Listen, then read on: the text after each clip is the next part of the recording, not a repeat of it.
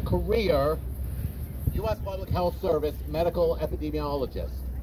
I started at the Centers for Disease Control and had the full 30-year career before reaching the 30-year mandatory retirement. I retired as a full captain, equivalent of 06, equivalent of a colonel in the Army. And I like to think I helped a lot of folks as a U.S. Public Health Service officer representing this country, including deployments during emergency disasters such as 9/11 and deployments after the levees broke after Hurricane Katrina in Louisiana. Extended emergency deployments as a U.S. Public Health Service officer. I started my career at the Centers for Disease Control. And I am ashamed of the Centers for Disease Control capitulating to politics over evidence-based public health and medicine. There is no valid reason. There never was under the Trump administration. There is not now since vaccination. There is even less of an excuse after we've now reopened the borders to others. There is no valid reason for continuing Title 42. I want to read a letter, one of the several different letters that has gone around the public health and physician community.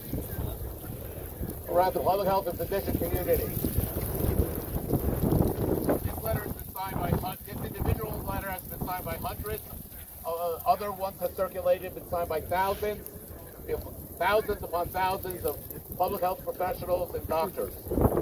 We are public health experts at the leading public health schools and medical schools, hospitals, and other institutions across the United States who are working at the forefront of the response to COVID-19.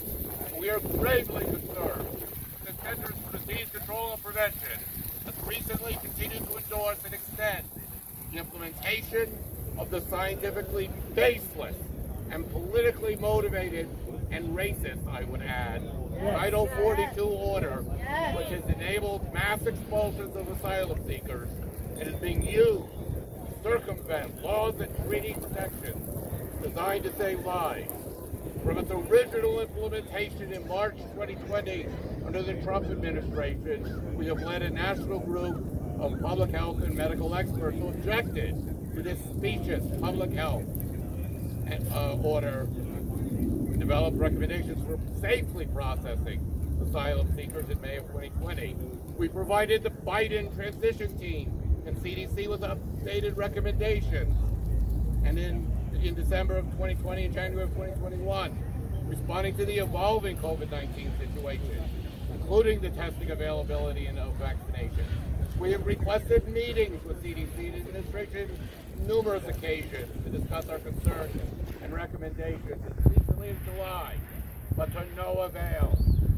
Shame on President Biden, not even listening to the public health professional community.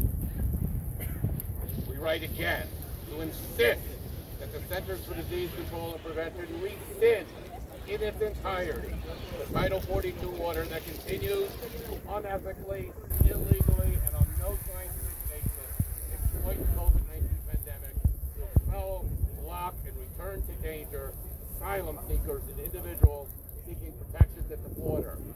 And I want to reiterate, I am so proud as a Jew that my own Reform Jewish movement has, as a movement, the entire URJ signed off on that petition we just heard from the rabbi.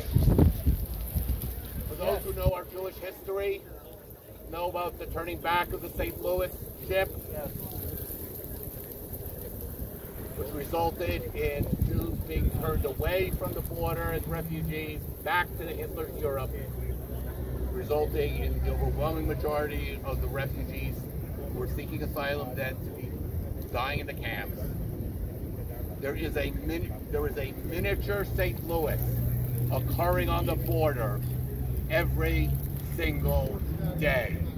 And I say shame on the Biden administration for continuing it. We know we have allies in Congress. We know we have allies in Congress. There is a bill in Congress from Senator Booker, and in the House, Jamila Jayapal. dignity and welcome with dignity. We know that Senator Schumer has, behind the scenes, supported us. We are going to visit him and tell him that we have his back. But the Democratic leadership needs to speak out more strongly to end this policy now. Thank you.